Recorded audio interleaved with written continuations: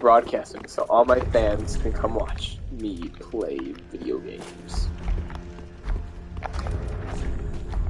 La, la, la. Oh no!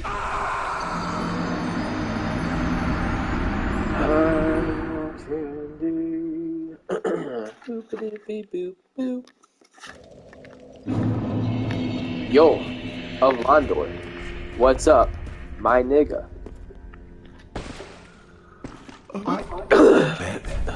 Bearer of the dark side.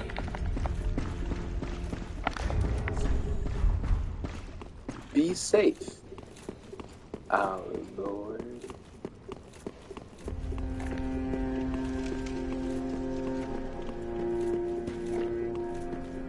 What do you mean? You're scaring me. Stop. I tripped on a rock. God, why is work so tough, dude? Fuck. It hurts me.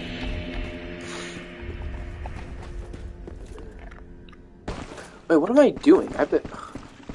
Yo, it's fine. It's fine. I gotta talk to Grey Rat anyway, so who gives a fuck? Heavens, she was already dead. Fudge.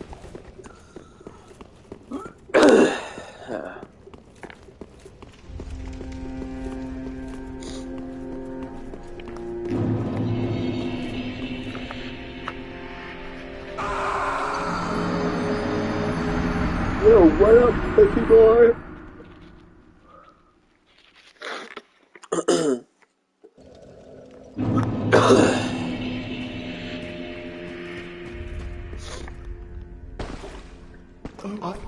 Then shut up. See my faith up, dog. Be safe. Fuck you, dude. Okay? No, I'm serious. I'm serious. Fuck you, bro. Yeah, dude, go pillage, bro. Have fun. I don't give a fuck. Who the fuck is this dude? You think I give a fuck about you? You fucking bitch. Fuck you, dude. You fucking faggot. Fucking fuck you, dude. Fuck you. Oh my god, dude. This game's so hard. I keep dying. The hell? This game is such bullshit. I don't even know how the fuck I'm dying, dude. I'm just...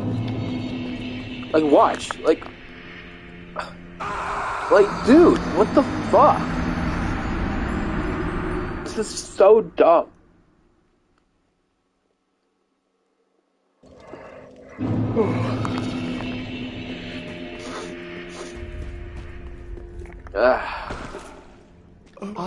Then be safe. Dude, don't worry, bro. I got the perfect build in mind. It'll be cool. It'll be really cool. Because...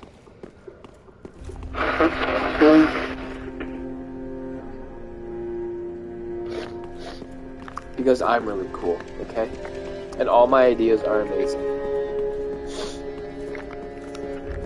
I've never once, at all, ever, had an idea that didn't work out perfectly as I expected it to. What's up, guys?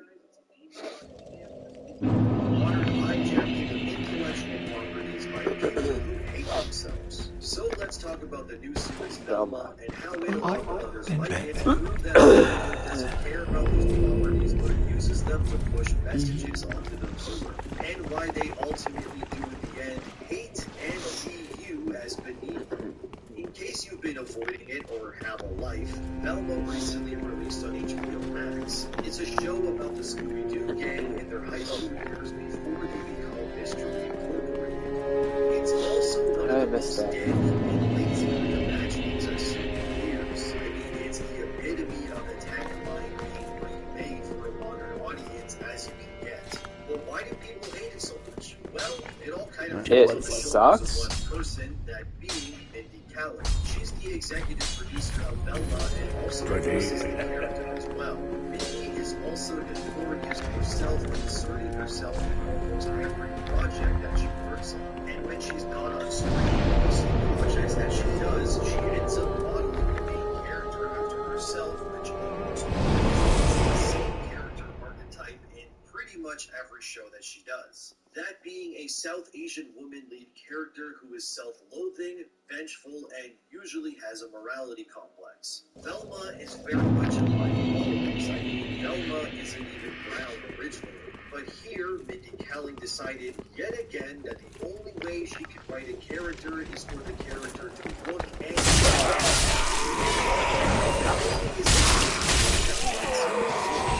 oftentimes just annoying and supposed to be based on the characters of Scooby-Doo. The show was originally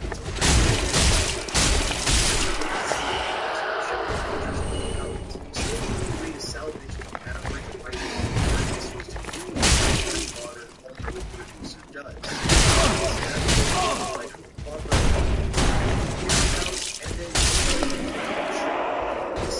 Yeah. Plenty of times before with examples like The Witcher at Netflix, where Henry Cavill left the writer of The Witcher said that the writing staff openly hated and mocked the source material. Yet even though they disliked it, it still led to these writers not only deviating, but they ruined it even further with their awful lore retconning reviews. Era even said that he hated I think the original hilarious because everyone clearly do not care about the IPs that they ruin. All of this modern audience nonsense only exists to push their politics and messages upon the viewer. And when people resist and then these shows fall, the executives act like they can't believe it didn't work out.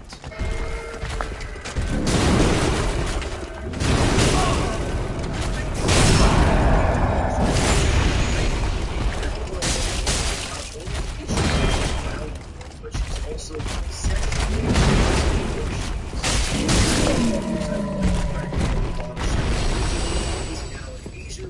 because diversity reasons. Not only that, but Daphne is also raised by two brothers, because it wasn't enough to just make her this, but the producers needed to know that this strong female character was also raised with no father figure. By the way, this whole Daphne reimagining is simply done to push a message, and if you can't see the message, it's that you don't need a father to be a strong woman, which is but it gets worse. Next we have Shaggy, who isn't called that, but is instead named Norval, and as many recall, Shaggy is kind of the stoner of the group, although he's never really shown to do drugs, which is why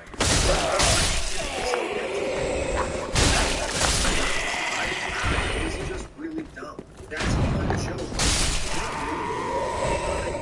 Ways. But here, Shaggy, sorry, Norval,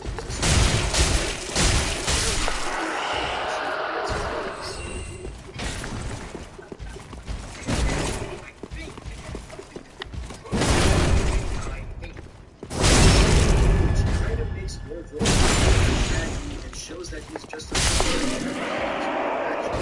less fun than cool. And not having Scooby to play off of makes Norval just kind of version, and that's Fred. Now, this is where I'm going to get a little conspiracy theorist, but it's really weird the more you dive into it. See, Fred in the original cartoons was always confident, strong, and believable.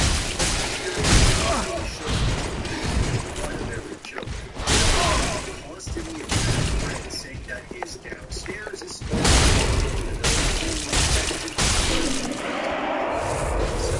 There's even a scene where Velma just openly attacks Fred with his file away.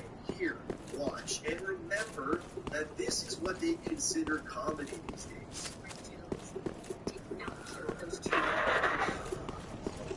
His whole life, Fred has never had to lift a finger.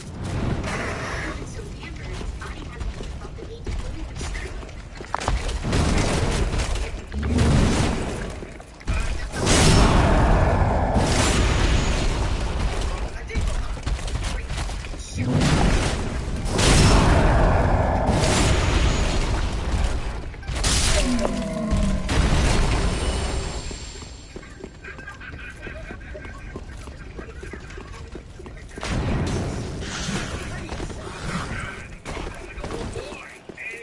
Was that funny? Why aren't you laughing at what's considered comedy these days? The ironic part, however, is that Velma also has a crush on Fred, and this fascination with degrading and attacking white male characters in a Mindy Kaling show seems to always be present. What's weird is that Mindy Kaling, who, like I said, often self-inserts herself, will also make her brown girl main characters fall for handsome white men. All she does is make them. Kelly has 2 kids. Although many people believe it could be BJ Novak since they're always seen together. Hollywood heights. They'll attack great white men in particular and the chance they get. White men. It's incredibly disgusting inner self-hatred and weirdly and creepy way, but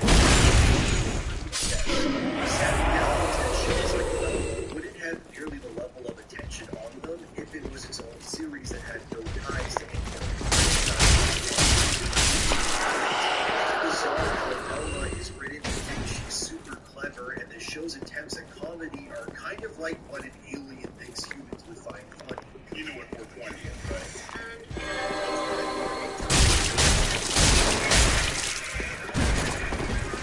Maybe it actually is funny.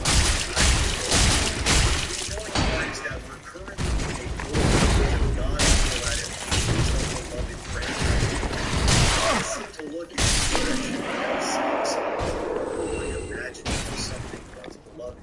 Rings of Power, like Velma, is another example of Hollywood and its activist producers hijacking an IP in order to push messaging down viewers' throats. Rings of Power was a billion-dollar blunder by Amazon that completely reimagined and retconned pivotal pieces of lore in the series.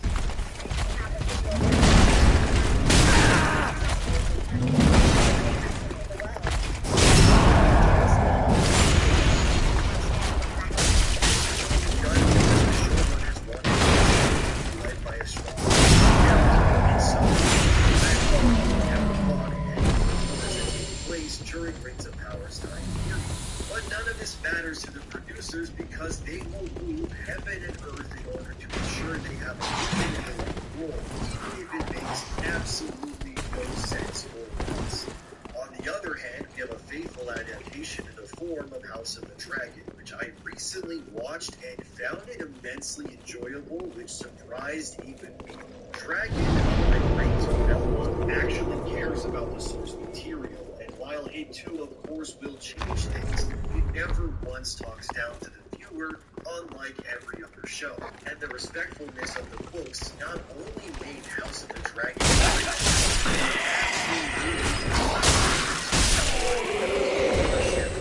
awards as well. Dragon went on to win the Golden Globe for Best Drama, which surprised even the series creators. Producers should be striving for because actually what you're making which get showered in praise. This is that Rings of Power actually got 0 nominations at the Golden Globes to the surprise of nobody. Rings is the poster child for what happens when you disrespect. And yet when you look back, it's the faithful adaptations that only. The Harry Potter series, for example, made gangbusters at the box office, and it followed the books very closely. Had the producers just decided to change things dramatically because they wanted to then of course you have the faithful adaptation. Lord of the Rings. What's interesting is how different the people behind Rings of Power see IP compared to someone like Peter Jackson, who made the Oscar-winning trilogy. In Rings of Power, the people involved make it seem like it's Tolkien who's the lucky one to have them wanting to work on his story. Like he should be so happy to have such talented people. His story bring forth the message.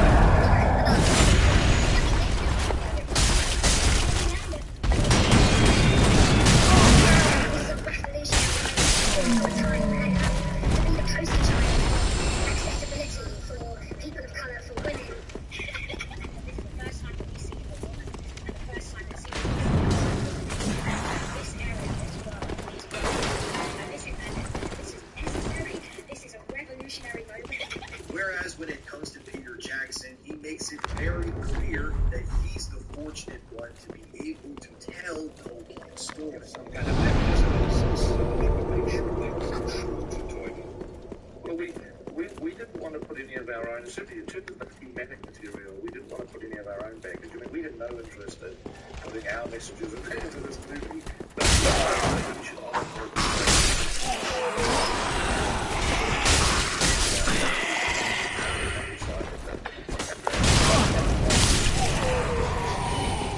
passionately about certain issues. We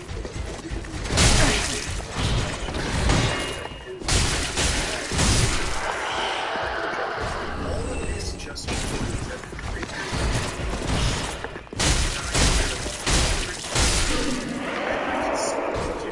Lord of the Rings or whatever else, these shows don't exist for fans.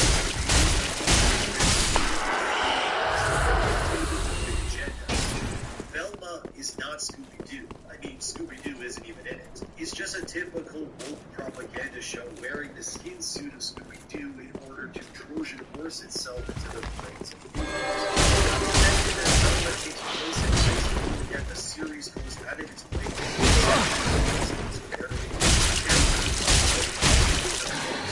while so many of these shows, they just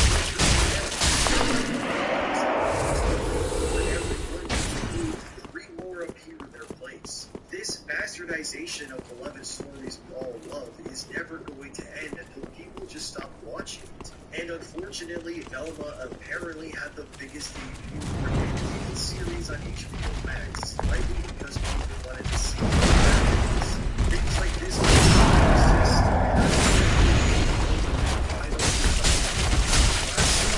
Back to the Future. Oh boy, I can't wait for Marty McFly to be remade as Sally McFly, and Doc to be a black gender fluid non-binary communist who wants to smash the patriarchy and white guilt privilege. Also, Doc is now lesbian because ESG reasons. Oh my god, I can see it now. In the remake, Sally McFly will go back in time to save Martin Luther King or something, and they'll completely change it. What's up, everyone? It's a DeviantArt, and today I'm going to add to my post-woke era videos with a deep dive into diversity and how forcing it is actively ruining things instead of making them better. Likely by now you've seen the new Ninja Turtles trailer, which I personally think looks pretty fun. I'm digging how the turtles are actually now. The art style reminds me of course, like any modern remake, nothing can exist without something pissing showcasing that April O'Neil is now an overweight black woman. April has marked where she's also black. And while I know April being black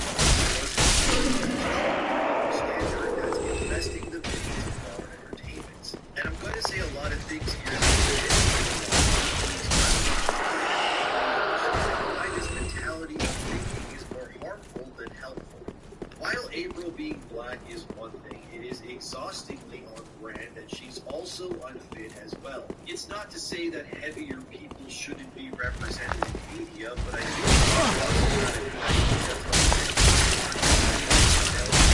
that as a role model for people. Chase the story as a reporter is but she was also physically fit as well. Emphasizing being physically fit and made being healthy as something everyone should aspire to. Physical fitness is important. You should push yourself to be the best version that you can be, and being overweight is not good for you. And if you think I'm being fat-phobic, that says more about you than it does about me. And I think physically fit, caring fit, is a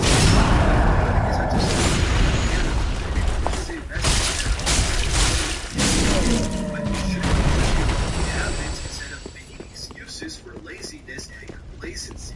They could have easily made April a fit and daring black woman, and people would have been much more receptive to it. Not to mention that April at times helps the turtles fight, and she follows them into danger when it comes to chasing her news stories. This new version looks like she'd be out of breath opening a fridge, and it feels like a deliberate character assassination by the creators. I understand why these things are happening, and it's because creators want their female characters to be seen as unreliable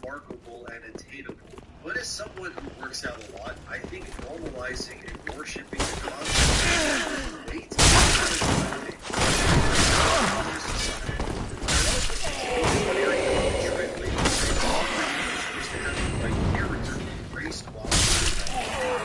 characters like April is one example, and they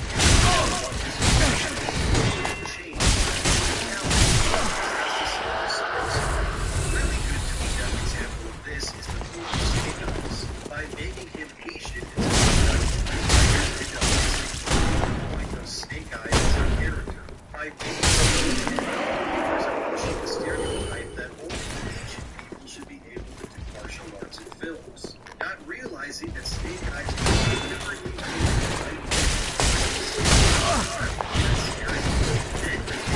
white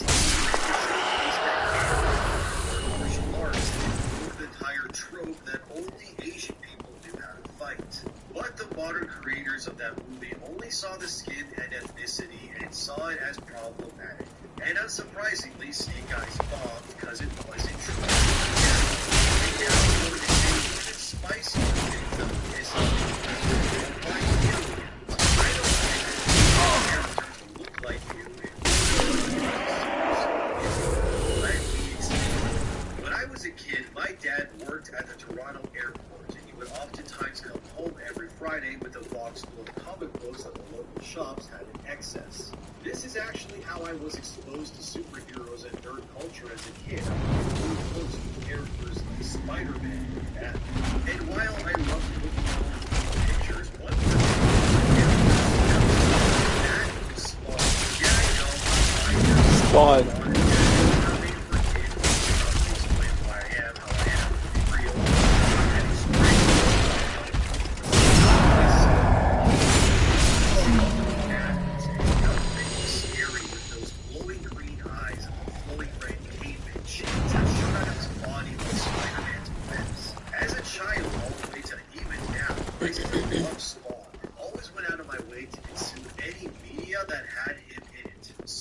Was also a black superhero whose real name is Al Simmons. I'm Serbian and Armenian, so I'm like a white person mixed with the Kardashians. By modern creator views, I shouldn't be able to see myself or connect with Spawn because he and I are different skin colors from different backgrounds. But even as a kid, when I didn't know what concepts like racism because he was cool. I didn't care what gender or skin. I just loved him. I thought evil anti-hero. I personally themselves in me. I mean, I played even though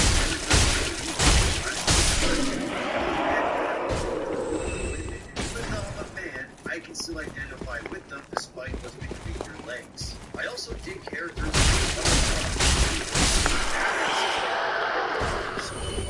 but in the modern creator's eyes, these characters are not perfect because they are not diverse enough. So by their logic, the only X-Men I can like are Wolverine or Cyclops, yet I love characters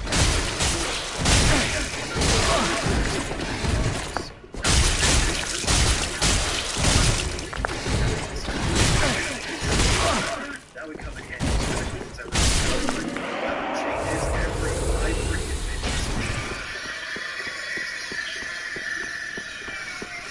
I also believe that changing a character's ethnicity is a lazy way of trying to modernize it. We can all agree that if you're going to make a Black Panther comic, then the Black Panther should probably be a black person because it's set. Yet at the same time, there's a line where fans, and I use that very loosely, expect Magneto to be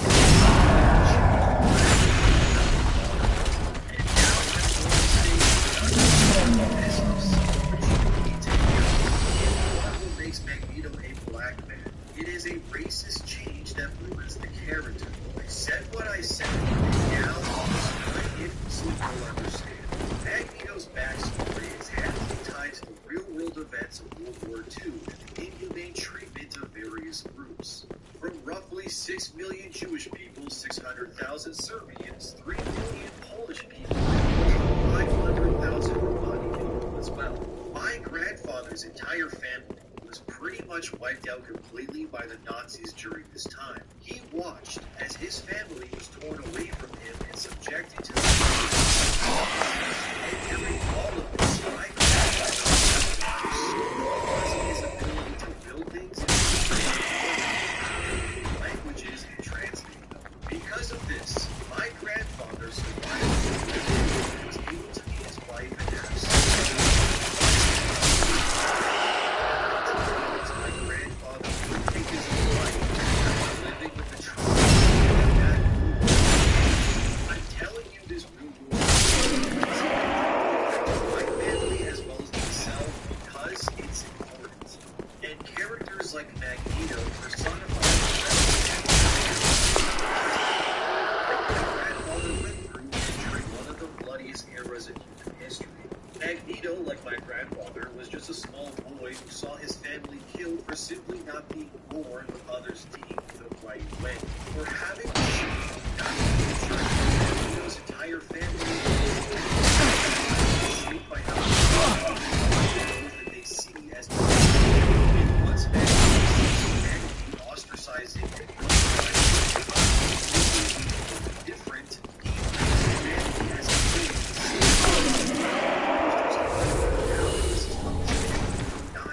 because they were seen different. Magneto is the representation of the trauma that millions of people like my grandfather went through during World War II. And him being a white, dark-haired Jewish boy in a concentration camp was as integral to his character as the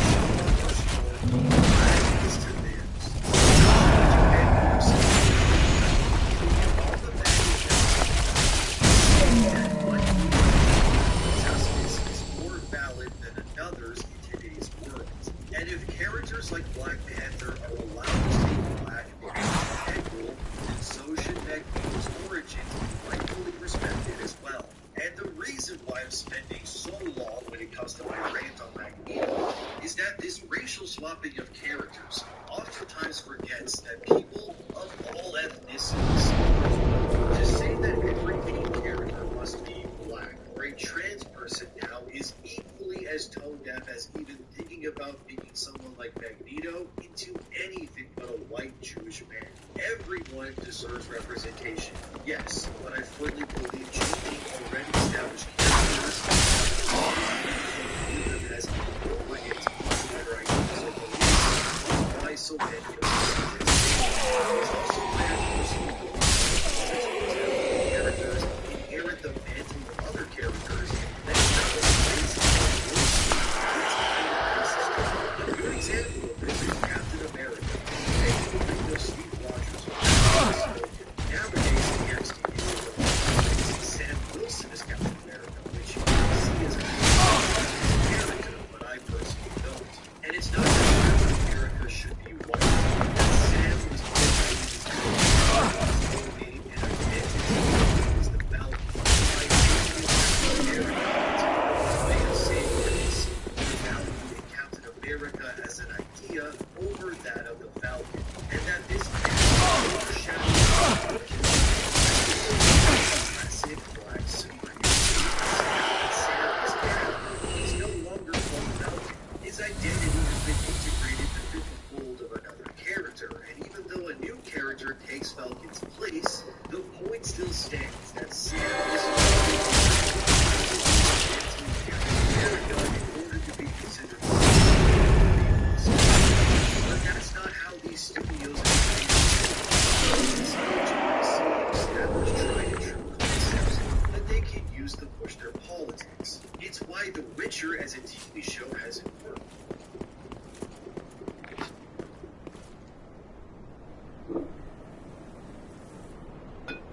Hello? What? Hello. Hello? Shutting down my computer. Are you there? Yes. Okay, I'm shutting down the computer. No. I don't want to go out to eat. Yeah, I do, but I don't want to go out. Be fun. No. Why not? Let's go. No. go someplace fun. No. Yes. No. Yes. No. Yes. We can go. Yeah, be fun. Come on. Nope.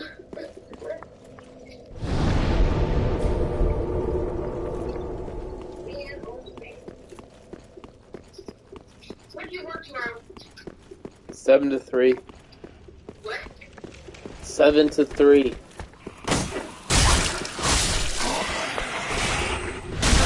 know, ride you.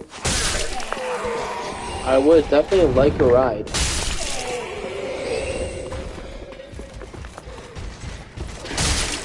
I really appreciate it.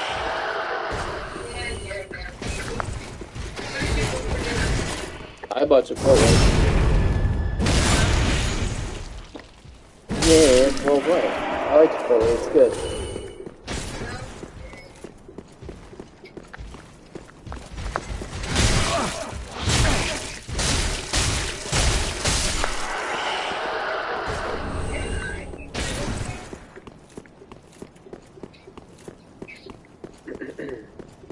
Okay.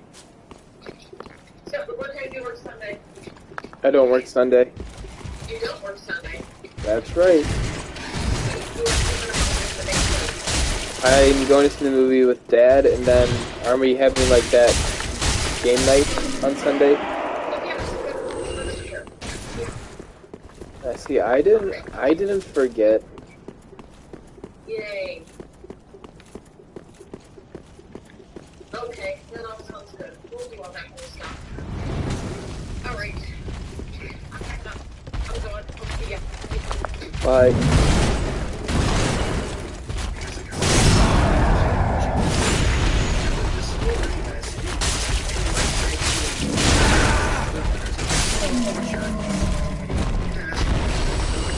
Even though The Witcher's world is based predominantly on Eastern Slavic culture. But because Slavic people are white, these modern creators don't respect it and really to push their messages and politics into it. But you don't see them doing the same thing when it comes to anything connected to black or Latin-led media. Why is it that Triss Marigold, a red-headed, green-eyed, very clearly European woman, must now be black? Why can't The Witcher as a show respect its Slavic roots? Why is that considered problematic? Slavic people in general have largely been portrayed in an unfavorable light for decades now. How many shows that involve guys that are Russian, Serbian, Croatian, or Albanian?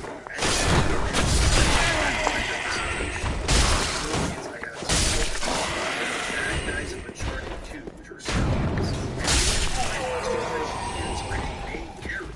It's Grand Theft Auto 4 with a good guy.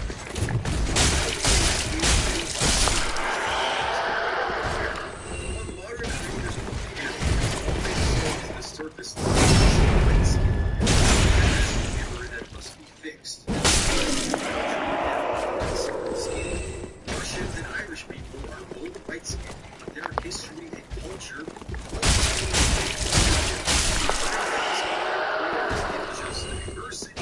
diversity. Everything must be changed to fit a message because they need to increase ESG scores and pander to their woke activist friends. I mean, in TMNT, it was Irish last week, and this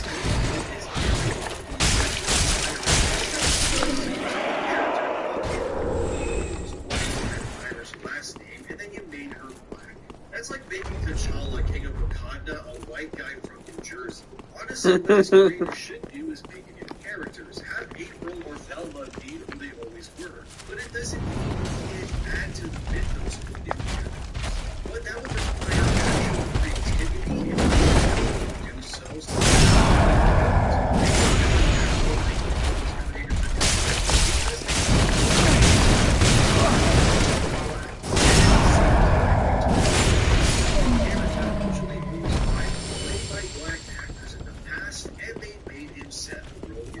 How progressive and woke Seth Rogen and Rex plays a role voiced by black actors with someone who isn't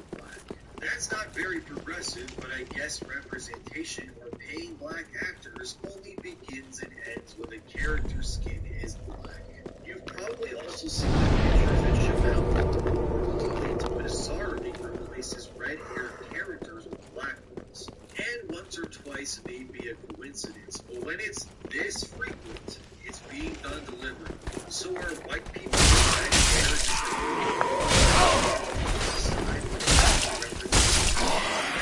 ironically, only because she's white and redhead. And for some reason, yet to circle back to my previous point, I do really believe that there are characters that don't look like them. A great example of this is movies having great and more important Dragon Ball Z. I don't think I've ever met anyone who wasn't a fan of Dragon Ball Z. That's not a jab at either community's mind, because Dragon Ball is still one how many athletes who are black openly are open about how animes like Dragon Ball and Baki have directly influenced the action scenes of that movie. Yet in many modern creators' eyes, they don't think black lives see themselves in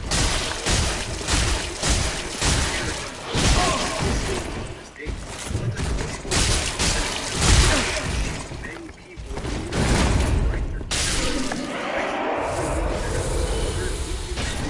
their hands on the Dragon Ball IP, they'd make Goku black and turn Vegeta into a non-binary Asian woman because they only see value in surface level qualities. People are more than the color of their skin.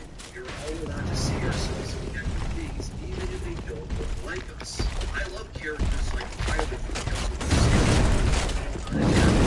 myself.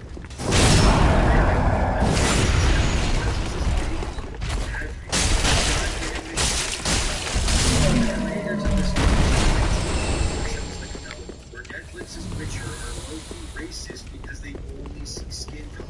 They don't see value in characters checks and representation. And it's clear these creators don't even care when it comes to Japanese media, with Netflix's Death Note making Light Yagami, who's an Asian psychopath that's incredibly charismatic, into a sniveling white e-boy who screams They even took L, who's also Asian, and made him black, because I guess making Death Note into an all-Asian cast that takes place in Japan is just not nice.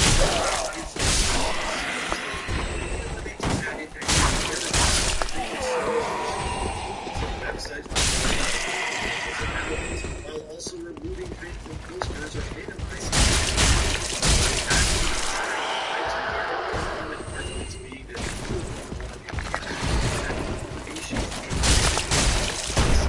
this isn't true. Japan is every other week. Also making characters at insane paces. My Hero Academia alone has been superheroes in the past 5 years than Marvel.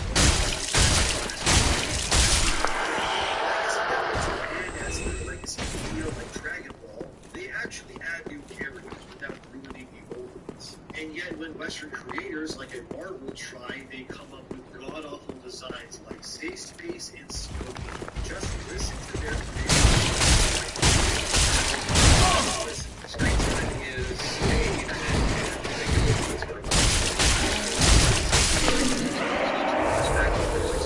internet, yes, that has patched him permanently into the world of web. Snowflake and Safe Space are twins, and their names are very similar to screen time. It's this idea that these are terms that get thrown around on the internet that they don't see as derogatory, to take those words and kind of wear them as badges of honor.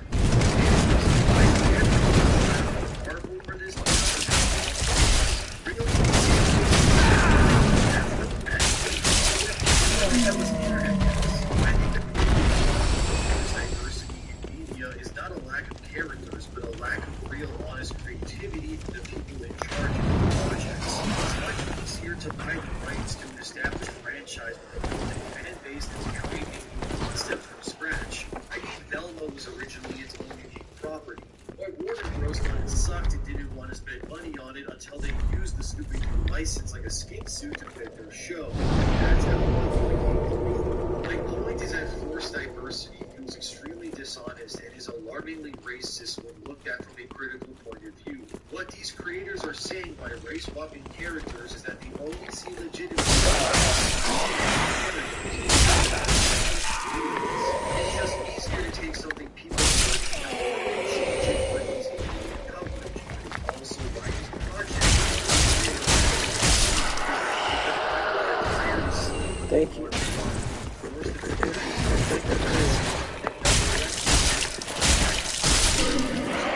Regardless of what these creators think are true, I will always connect with Small, even if I'm not an African American.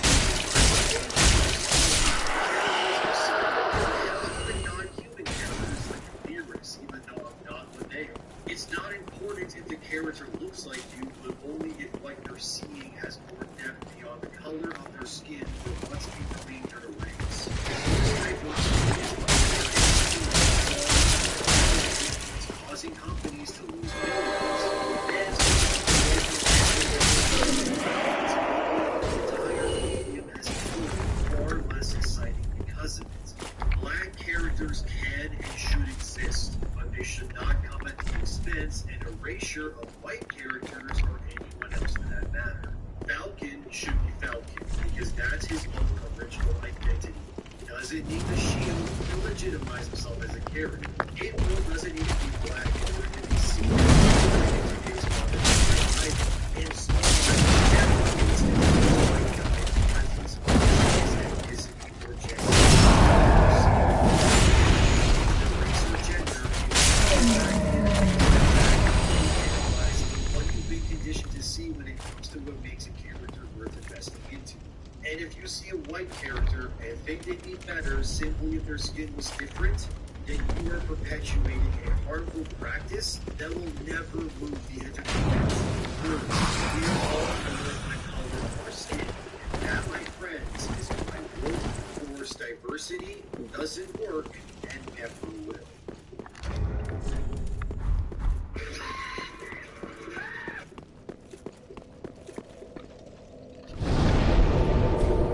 Pop off, dude.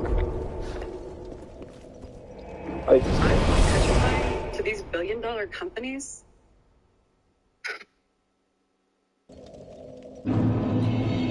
nigga.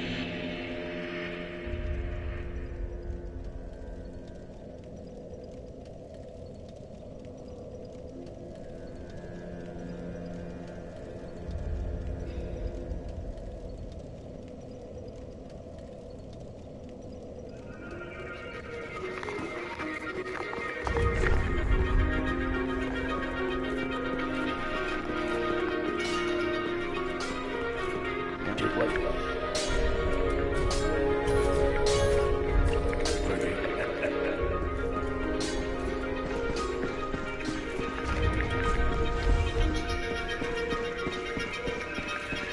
Alpha Lola. Another van for Anna. Hello, it is me, Cthulhu. I have a message for everybody. You're pronouncing it wrong. It's actually pronounced. So, if you could all just call me that from now on. Today I'm going to talk about cosmic horror, one of my favorite subgenres. And I'm also going to remove this very stupid mask. Anyway, when you combine supernatural horror, psychological horror, and science fiction, they create something very unique. The simplest way you can describe cosmic horror is fear of the unknown. There's something very strange out there doing stuff to us, and the more that we try to find out why this is happening, the worse it gets. As most of you are aware, the father of cosmic horror is H.P. Lovecraft. Lovecraft shifted supernatural horror away from its previous focus on human issues to a focus on cosmic ones. He challenged the anthropocentric beliefs of most religions, not just in fiction. These are beliefs that you had in real life. If you believe in a structured religion, then you have some of these blanks filled in for you. But if you're an agnostic like I am, there's a lot of lingering existential questions. How were we created? What happens after you die? What else is out there?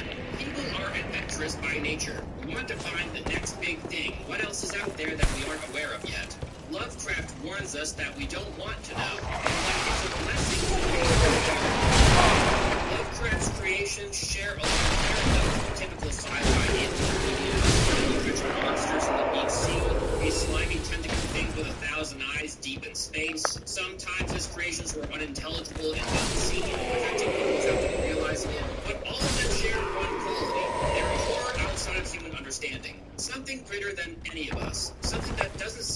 race as special. These eldritch creatures that he created are sometimes referred to as the Old Ones, beings that have been around much longer than humanity and view humanity with indifference. Now, I have to mention this. Lovecraft was xenophobic and racist. Like how?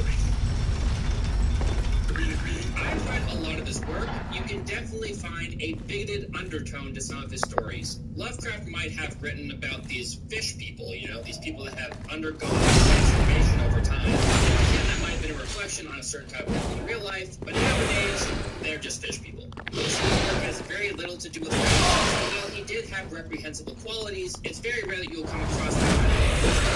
A lot of his work, people will go mad. There will be cults. Sometimes there's mad scientists discovering something they shouldn't have. His writing style is very wordy. He will literally write 3 paragraphs trying to describe something that is indescribable. Reading his confusing at times, but there's also has inspired so many different people over the years. Some of the biggest bands out there were inspired by H.P. Lovecraft, like Metallica, for example. There was even a band named after him, just called H.P. And now for the fun stuff. We're going deep, deep down into the ocean. Let's go. Oh my god, we're so deep in the ocean, guys. I can't see anything. I can't see. Turn on the lights. Someone turn the lights. Alright. We're good now. Now let's talk about Lovecraftian video games. The first game I want to talk about is Returnal. It's a third-person shooter roguelike. The game follows Celine Vassos, an astronaut who lands on the planet Atropos in search of the mysterious white shadow signal and finds herself trapped in a time loop. Master Protocol. I will not be recovered until I reach the broadcast signal. If you're hearing this, you are stuck here too. This game is fun as hell. You run around and you kill a bunch of tentacle monsters, and you slowly uncover the mysteries of the game. There's a bunch of really interesting and unique guns you can use. You can improve them as you go, and I just thought it was really fun. It can be difficult at times, but I loved it. Next up, Bloodborne, the best game ever made, and that's a fact. You play as an outsider who arrives in this decrepit city of Yharnam with a bloodborne disease, and it's your job to hunt these beasts and find the source of the plague. This is my favorite game of all time. Most of you probably know that this is a From Software game. There aren't as many weapons as you might find in a Dark Souls game, but those that you do find are all electric weapons, and they can use in a bunch of very unique ways. If you haven't played this game, then you should definitely do so. There's a movie named Brotherhood of the Wolf, and there's some very obvious parallels to Bloodborne. They even use trick weapons in this movie. It's not a cosmic horror movie, but still really fun. Next up, we have Moons of Madness. This game you play an astronaut on Mars. It's mostly a puzzle game with horror elements. You have to overcome obstacles using celestial systems, rovers, solar panels, and more. And throughout this game, you play with cosmic horrors, tentacle monsters that come out of nowhere. It's a pretty cool game. I'm not very good at puzzles, so I got frustrated a couple times. Next game, The Sinking City. It's an action-adventure game set in the fictional city of Oakmont, Massachusetts. The story follows private investigator and war veteran Charles W. Reed as he searches for clues to the cause of the terrifying visions plaguing him and becomes embroiled in the mystery of Oakmont's unrelenting flooding. You travel around this really cool city. There's fish people everywhere. It's very run down, and half the city is underwater. I thought this game was super fun. Basically, imagine if someone took Bloodborne and then mixed it with LA Noire. Then you get The Sinking City. If you haven't tried it, you should. This game is and guess what? This game also suffers from visions and nightmares. It's safe to label this game as the less fun version of The Sinking City, but if you played The Sinking City and you didn't have your fill, I think you could still have fun with this.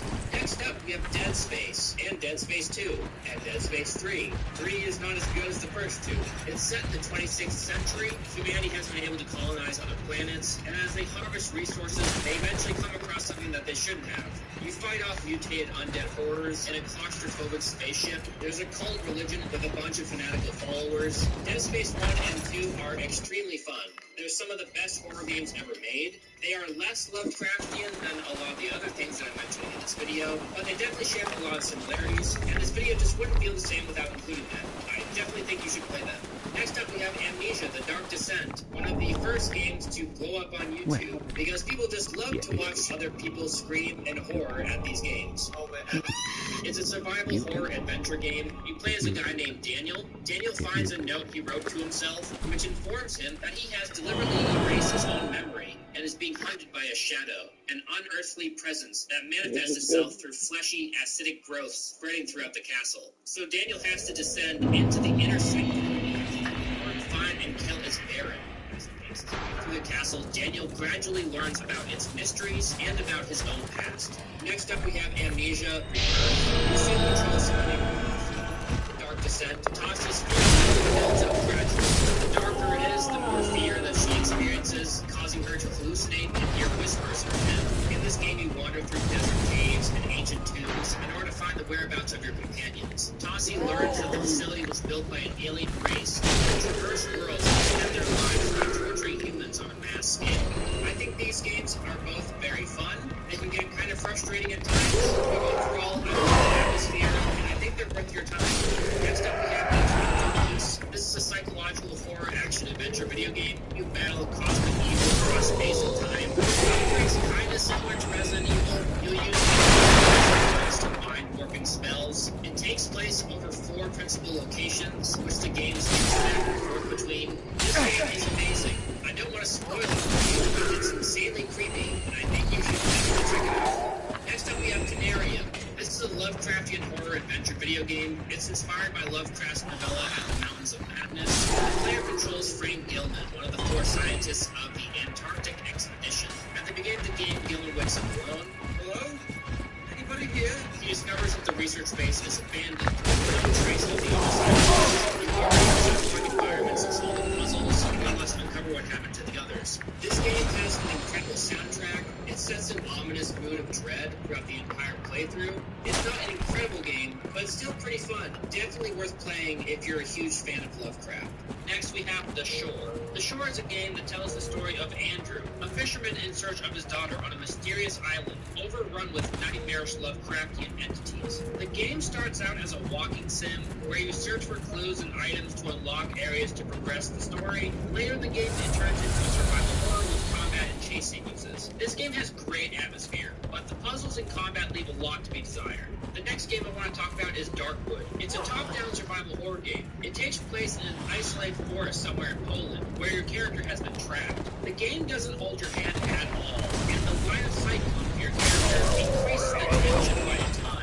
This game is insanely creepy. There are some downsides, like clunky combat and a weaker endgame, but its atmosphere and music is incredible. And overall, it's a wonderful game, and I would definitely recommend it. Next, I want to touch on Darkest Dungeon, which is a super complex and unpredictable turn-based game with Lovecraftian lore. It's incredibly tense and rewarding, with a merciless range.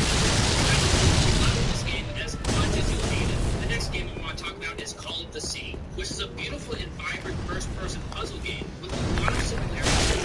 It's not a horror game, but it still captures the dreamlike qualities and mysteries of Lovecraft's story. And there's definitely some Lovecraft inspiration baked in there. The puzzles are engaging. The only downsides being the slow movement speed and slow pacing. Otherwise, it's a great game. Next up, we have Sunless Sea. This is a survival exploration role-playing game. You take on the role of a steamship captain, whose background and ambitions are customizable. The player can win by achieving their chosen ambition or amassing enough wealth to retire. The game consists of 2 modes: the player controlling the movement of the ship on the map, where the player is presented with several choices. The crew on your ship can rise against you if they experience terror, which builds up over time if you fight enough monsters. It's a really fun game. Then we have Call of Cthulhu: Dark Corners of the Earth. It's a first-person survival horror game. You play as a police detective named Jack Walters, and you're summoned to a decrepit island inhabited by a bizarre cult called the Fellowship of the Heath, and things get out of hand very quickly. The game features no heads-up display. Instead, condition of the player character is relayed through the sound cues of his heartbeat and breathing, which I think is really unique. As far as an FPS, you've definitely played better. This game is very buggy, and it has some extremely difficult spots. But if you're willing to push through that and you like Lovecraftian horror, then you might end up loving this game. Next up, we have The Thing. The Thing. It's a third game. The story focuses on Captain Blake, a member of a U.S. Special Forces team sent to the Antarctic outpost featured in the film to determine what happened to the research team. One of the main features of the Thing's gameplay is the inclusion of multiple NPCs who join Blake at various points throughout the game. There are 3 types of NPC in the game: engineers, soldiers, and medics, and they can all perform different tasks that the others can't. And there's a fear-trust system in place. If you want a certain NPC to join you in combat, the player must ensure that the NPC trusts them. Surprisingly, this game is a lot of fun. Most of the time when you play a game based on a movie, it's kind of a gamble whether or not you're going to have a good time. But this game is awesome. There's the game The Chant. It came out pretty recently. It's kind of like if the movies Midsommar and Annihilation had a video game baby. Yeah, this would be it. You play as a character named Jess, who visits a hippie retreat and eventually uncovers that it's a cult that have unwittingly accessed horrors from a parallel dimension. I found this game endearing at points, but then I came across one of those enemies that can't die. You know, they're meant to instill fear in the player, like in a Resident Evil game, for example, but I found it more irritating than frightening. Overall, it's a decent enough experience, and if you're a fan of cosmic horror, then I'd recommend it. The last game I want to talk about is Prey. It's an FPS sci-fi horror game. The game combines elements of role-playing video games, stealth games, immersive sims, and mech.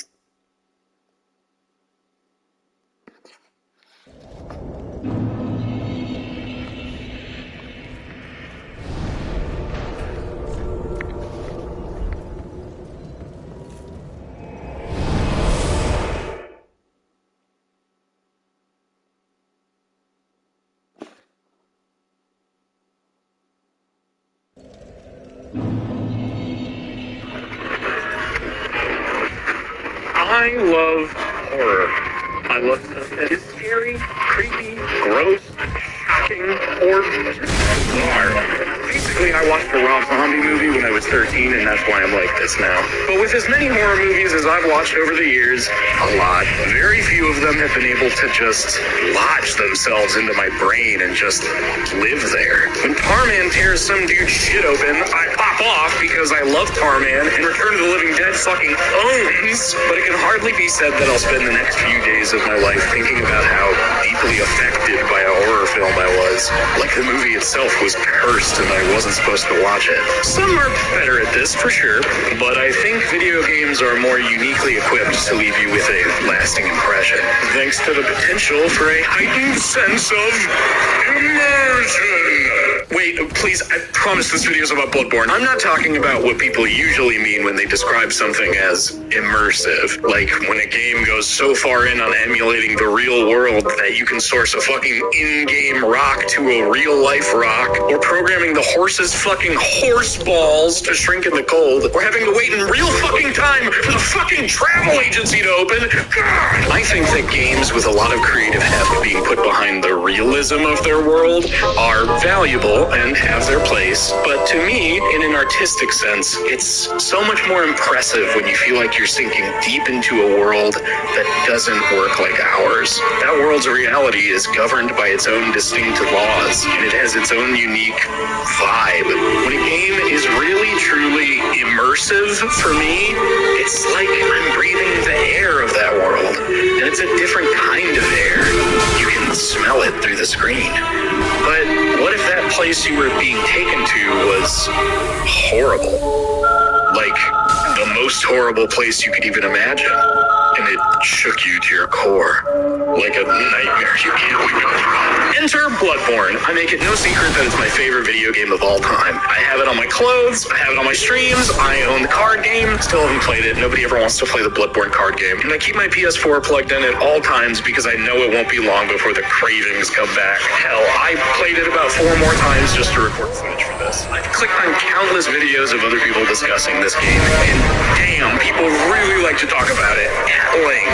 So, what could there possibly be left to say about Bloodborne? Well, I think it's really cool. So, I frequently struggle to describe what makes Bloodborne so special. I've played all the Dark Souls games, Sekiro, and even recently Elden Ring. Maybe I should... Here's the video. But I always come back to Bloodborne and how it makes me feel, which of course means nothing. Everyone's everyone's favorite game makes them feel strong emotions, but Bloodborne for me excels beyond any other piece of media at emulating one type of mood. Spoiler warning for the whole game.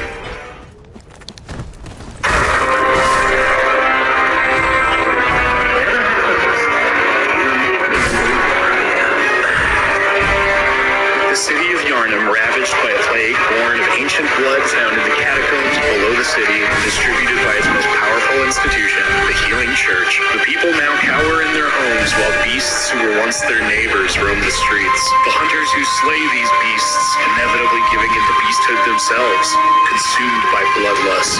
All the while, great beings we cannot hope to understand surround us, but can barely even be bothered to notice we're there. Those who lived in or ruled over this city are all either dead, dying, driven completely mad, or have become something else entirely. Your character, an outsider, has just arrived on the night of the hunt, and things are not getting better for anyone anytime soon. You're given a transfusion of that special Yharnam blood, you wake up in a clinic, and before you know it, you're running into NPCs like a man who is too sick to get out of bed, a stoic hunter who tells you to prepare yourself for the worst, and a scared young girl who asks you to find her parents, one of which is dead, and the other is the first major boss, Father Gascoigne. You will be one of them. Sooner or later.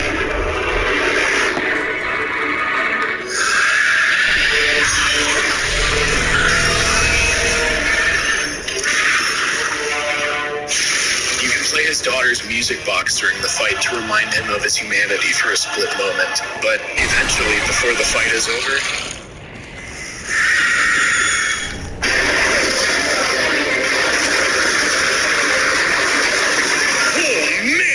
really intense all of a sudden. In 2015, when this game was released, I put on some random guy's Twitch stream, and this bit with Gascoigne's transformation was the first thing I had ever seen. It was fucking amazing. He doesn't transform until a large chunk of his health is already gone, so this phase of the fight doesn't last too long either way, but it's hard not to feel a genuine sense of shock at what just happened. Plus, it just really tapped into that part of me that grew up watching stuff like Underworld and Van Helsing. The way that your blood-splattered clothes shine in the moonlight is gorgeous, and you will spend much of the game absolutely covered in the stuff. I mean, look at all that blood! Where does it even come from?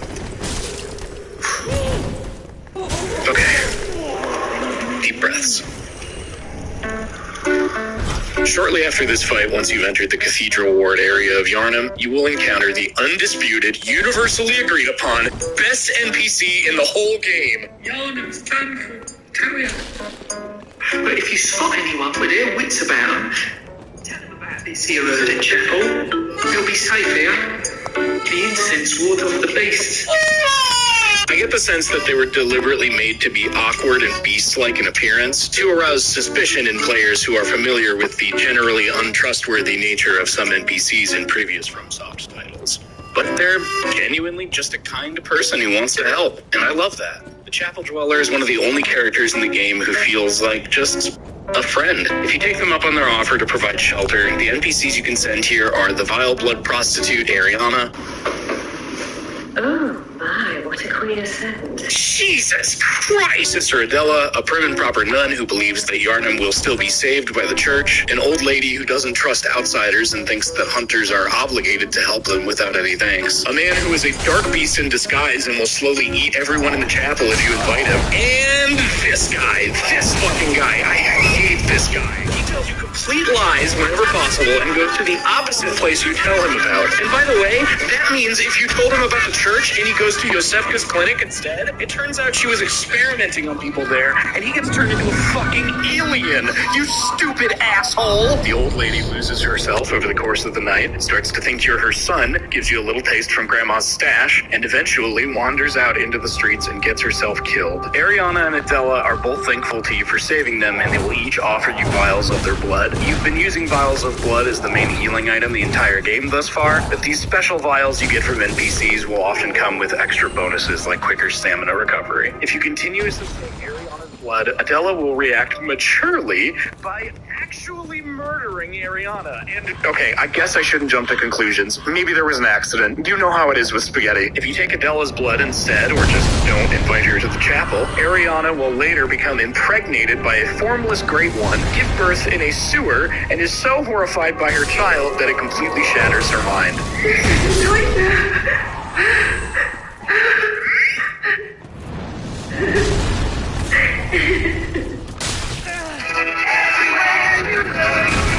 The Chapel Dweller expresses remorse after each one of these events, as they are helpless to provide anything but a place away from immediate physical harm.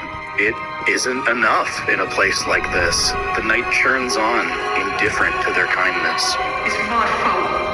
Oh my.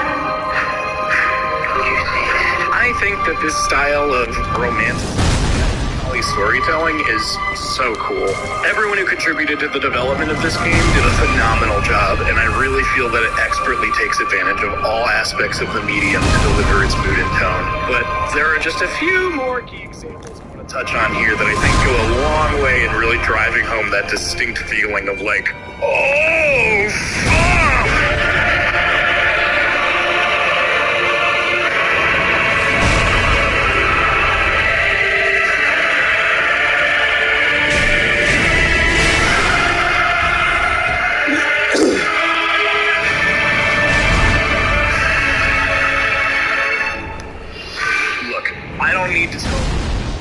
As some of the most talented artists in the world working for them. You know that already if you've even looked in the direction of one of their games, but God, I'd be remiss if we talk about this. Yharnam is a beautifully depicted and frightening place. It's difficult to find a corner of this game's world that doesn't feel like it was given someone's full attention, and it can't be understated how bleak it all feels. Sickly beasts and mobs of deranged townies on blood-soaked streets. Enormous alien beings sprawled across the sides of cathedrals. Whatever the fuck these things are, what's up with these guys? What is that?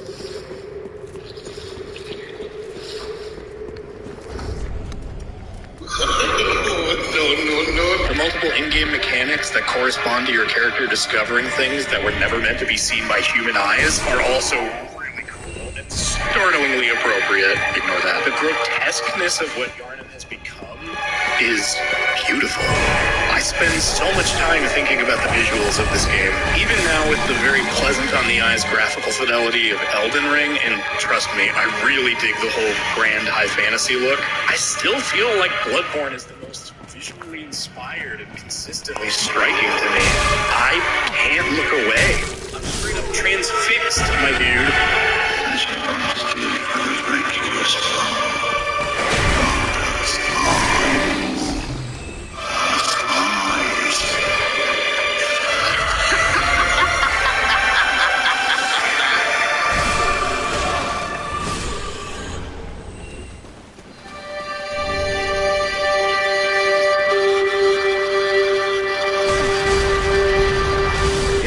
Dream, the hub area of the game that you'll return to many times to upgrade your gear, purchase items, and level up your character, exists two NPCs, one of which being a mysterious and soft-spoken living doll, and the other a kooky old dude who introduces himself as... Gehrman, friend to you hunters. He tells you not to think too hard about what's going on and to just go out and kill a few beasts. It's for your own good. You know, it's just what hunters do. You'll get used to it. As you progress through the game, though, it becomes more clear that Gehrman is a prisoner in this place.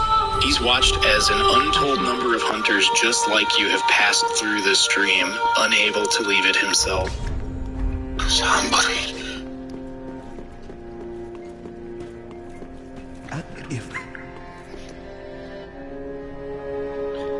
Yellow. Hello. You want Mr. Hero? What? You want Mr. Hero? Sure, I like Mr. Hero. Or McDonald's? Sure, I like McDonald's. Well, then... Which one would you like? Are you hungry? Sure, I like eating food. Farewell, question. Or pizza? Sure, I like pizza. What flavor of food do you want the best? McDonald's. So I could go for a chocolate shake. Because earlier today, I was torn between Chipotle or McDonald's. I couldn't really decide which one. So now I get the best of both. What other food, McDonald's food do you want? A double cheeseburger with only ketchup, a large chocolate shake, and a medium fry. Okay. Alrighty. Bye-bye. Bye-bye. Help me. Unshackle me, please. Anybody. I've had enough of this dream. The night blocks all sight. Oh,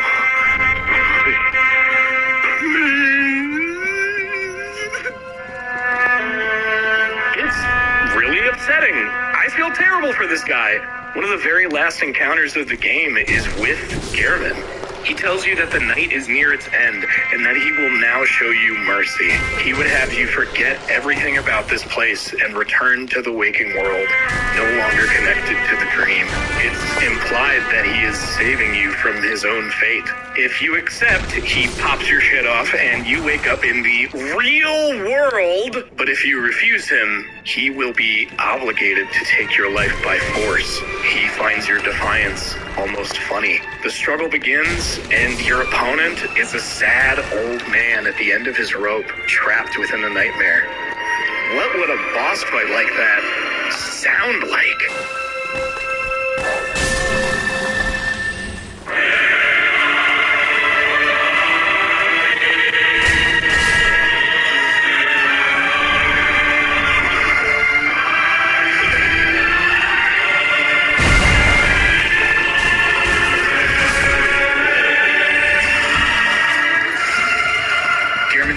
Titled The First Hunter, and it is gut-wrenching. You can feel the pain and desperation on the wind.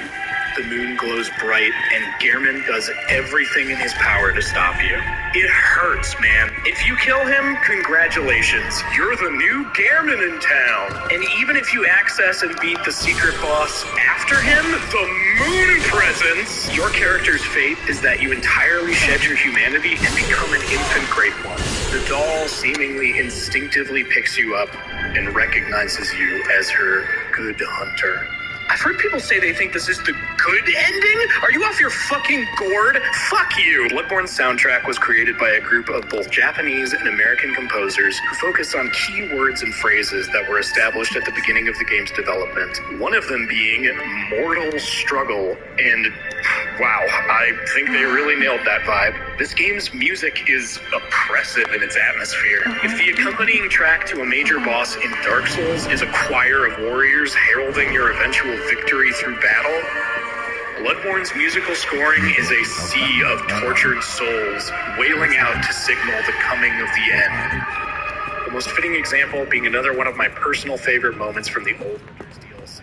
It's a boss who's only ever mentioned by name in the base game of Bloodborne, and when you find the most prolific hunter of the Healing Church, it's in a massive chamber filled with hundreds of corpses, blood pooling the entire room. Ludwig's body is contorted into an indescribable mass of gruesome flesh and too many legs.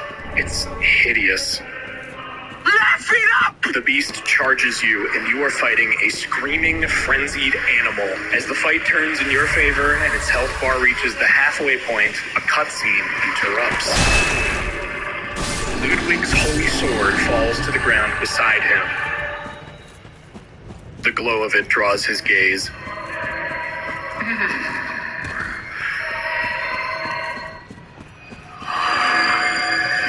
were at my side all along. My true mentor. My guiding light. He stands up straight and brandishes his blade. He sets his eyes upon you. And this moment feels like...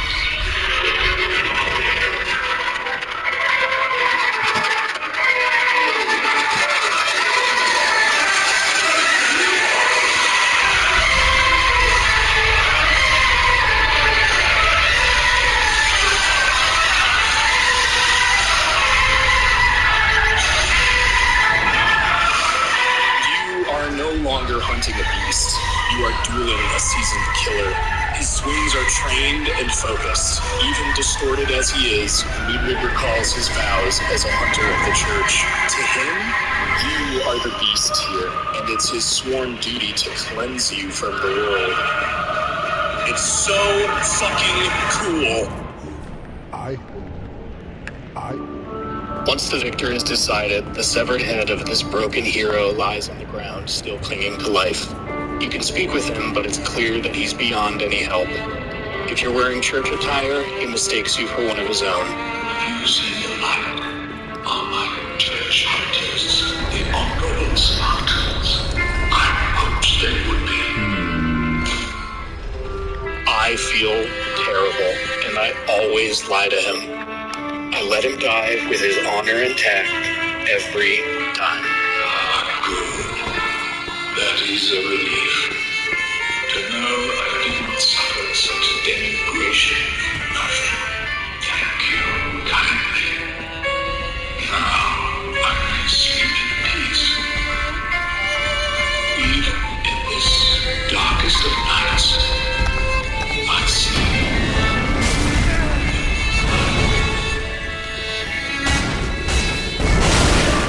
Tragic figures like this can be found all over Yharnam, but by the time you've reached the end of the game and the night comes to a close, it seems impossible that anyone could be left alive and unaltered. You're all entangled within a web we cannot even perceive. This place is not just horrible, it is horror, stitched into the very fabric of reality. There is no good ending to any of it. This isn't an Age of Fire or Dark situation. Completely alone on this night of the hunt, the status quo of Bloodborne's world will not change, and you will either be spit out and left to die by it, or set to become a cog in its machine. Curse the fiends, their children too. And their children forever true.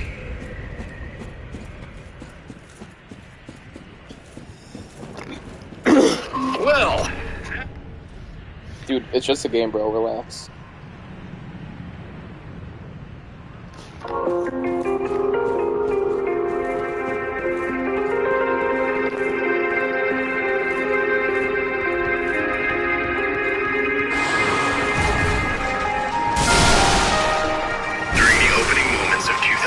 Silent Hill 2, James Sunderland arrives in the town of Silent Hill, having with him a letter from his wife that he believed to be dead, taken by a terrible disease 3 years ago. The letter says she's waiting for him here in this town, somewhere she always wished they could return to together at their special place. Desperate to see his late wife again, he's convinced that he must seek her out. James explores the town to find that it's in extreme disarray. Nightmarish, human-like creatures begin to appear, blanketed in a thick layer of fog. Many of the roads ending in sheer cliff drops where more road presumably used to be. And the people within the town make little sense at first, speaking cryptically and in strange cadences. We meet various characters such as Angela, a timid and stilted girl who's here looking for someone as well. Eddie, a man clearly on the run, quick to deny his guilt the very first time you meet him. Laura, a young girl who's very abrasive towards you and seems to know Mary. And last but certainly not least, there's Maria, Red Pyramid Thing, or as most of you probably know him, the iconic Pyramid Head. The monster stands across the hall from you, completely bathed in red light, a promise to the player that we'll see them again, and when we next do, it's harming the other creatures, punishing them in a bizarrely sexual-looking fashion. You find a corpse that looks suspiciously like James sat in front of the TV as only static plays on its screen. It's deeply unnerving and one of the first signs that things may not be as they appear. This whole situation, the town, the letter, the monsters, it's all unexplainable. Something insidious is bubbling below the surface, but for now, James is just as confused as the player. How can you sit there and eat pizza? James. Even the other people you meet in Silent Hill continuously elude you, disappearing and then showing up again through impossible circumstances. James makes his way through structures and paths that no one else could have possibly taken, only to find that they've made it there before you. In the location where James assumed the special place in Mary's letter was referring to a park overlooking the lake, the character of Maria first appears. Do I look like your girlfriend? James is stunned and can hardly believe the similarities between her and his wife. She has an eerily similar name, face, and voice to Mary, even sharing the same actress, but she insists that she is someone else. Okay, let's get the obvious out of the way here. Maria is Mary.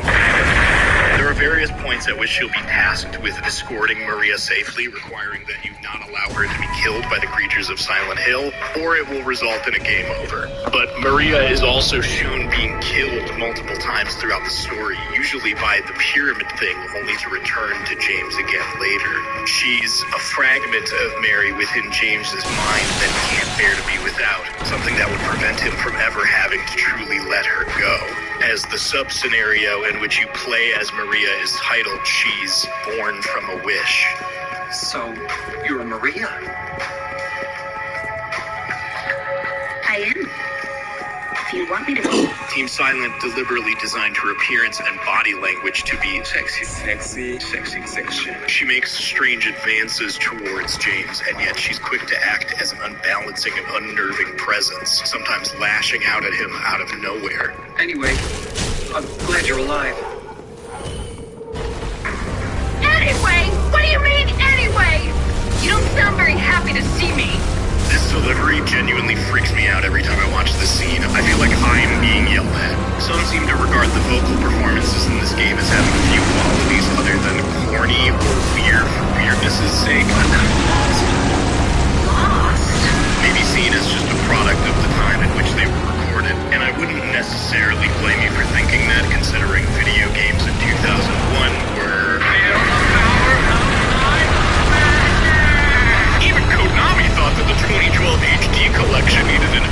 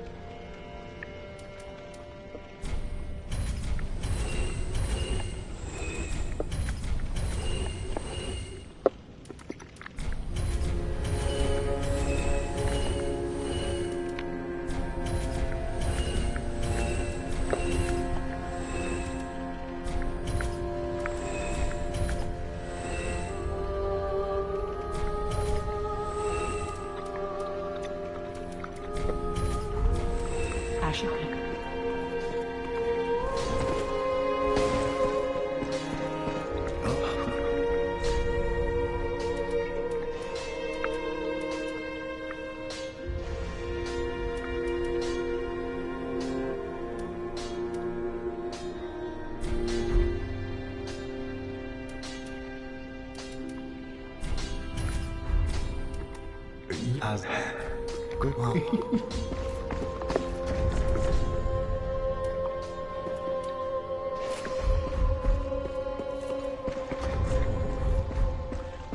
On that barefoot and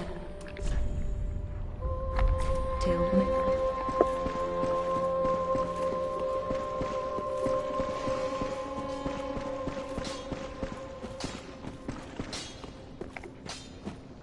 I will have it.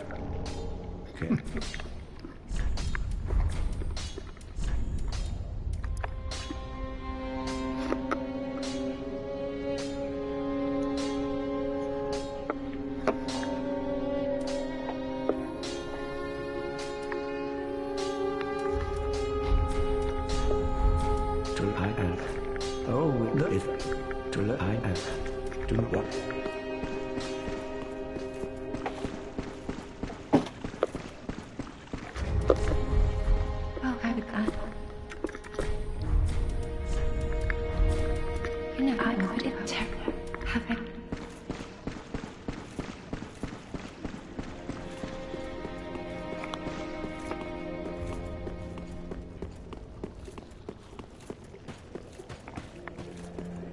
Well, rather than hate.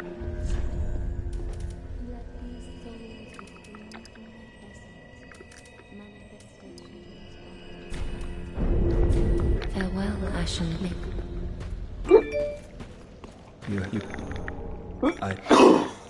The security in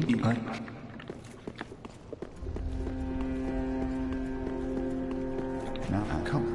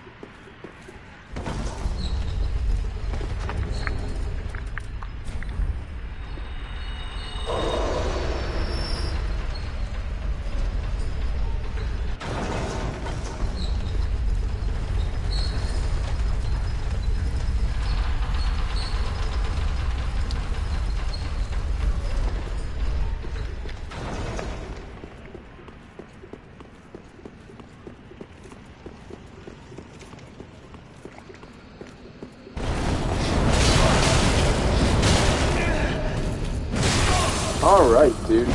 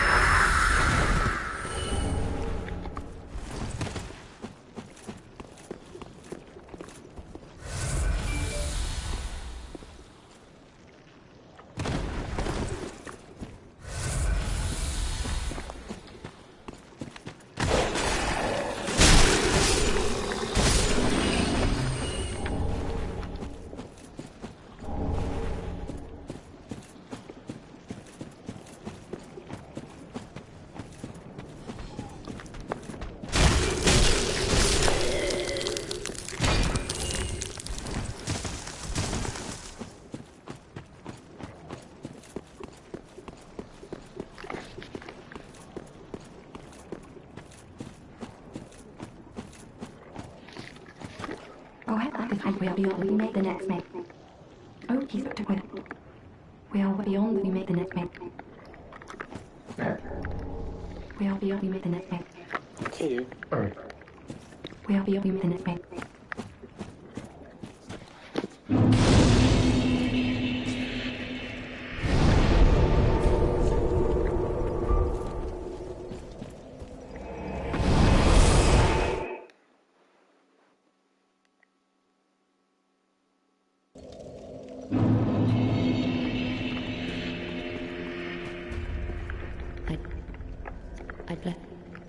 I'd bless.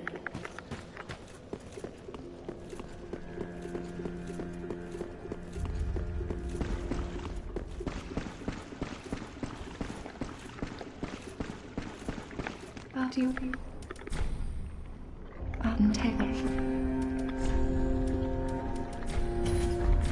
Have I?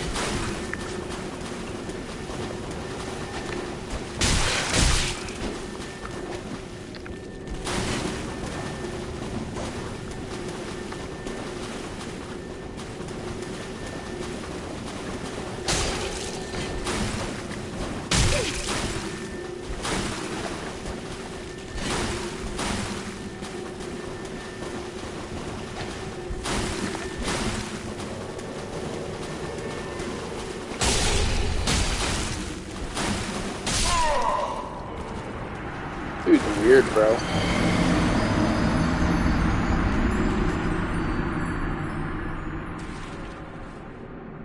That dude's like legit good.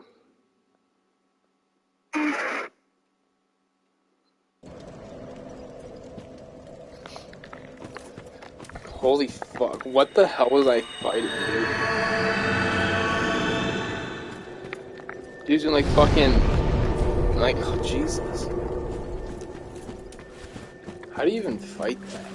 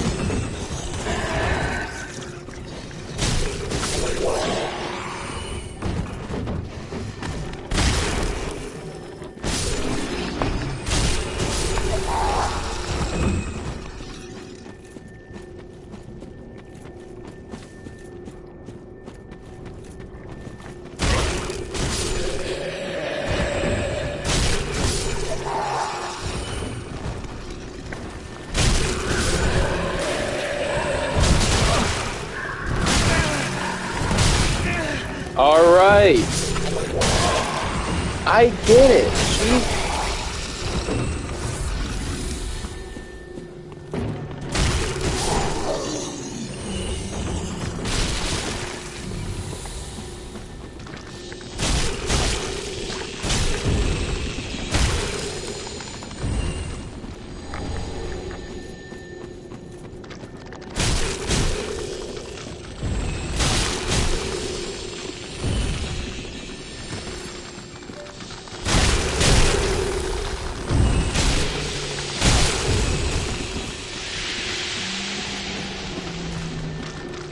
Great.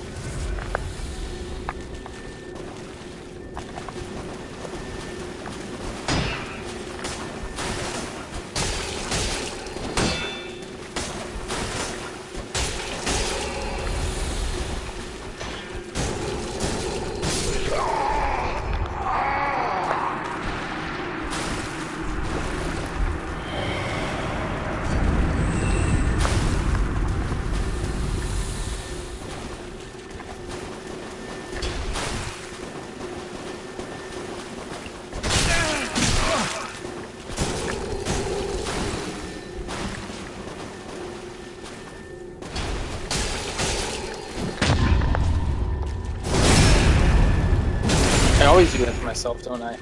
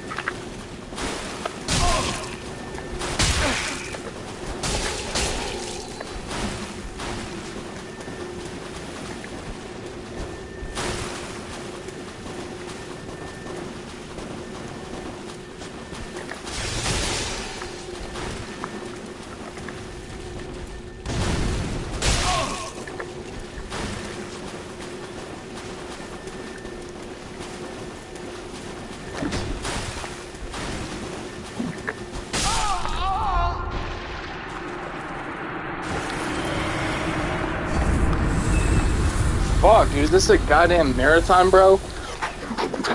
Like, Jesus, slow the fuck down. God damn.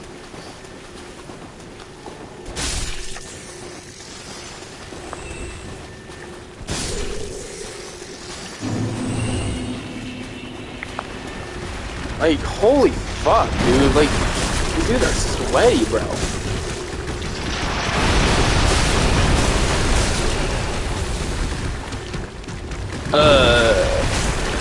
You're right.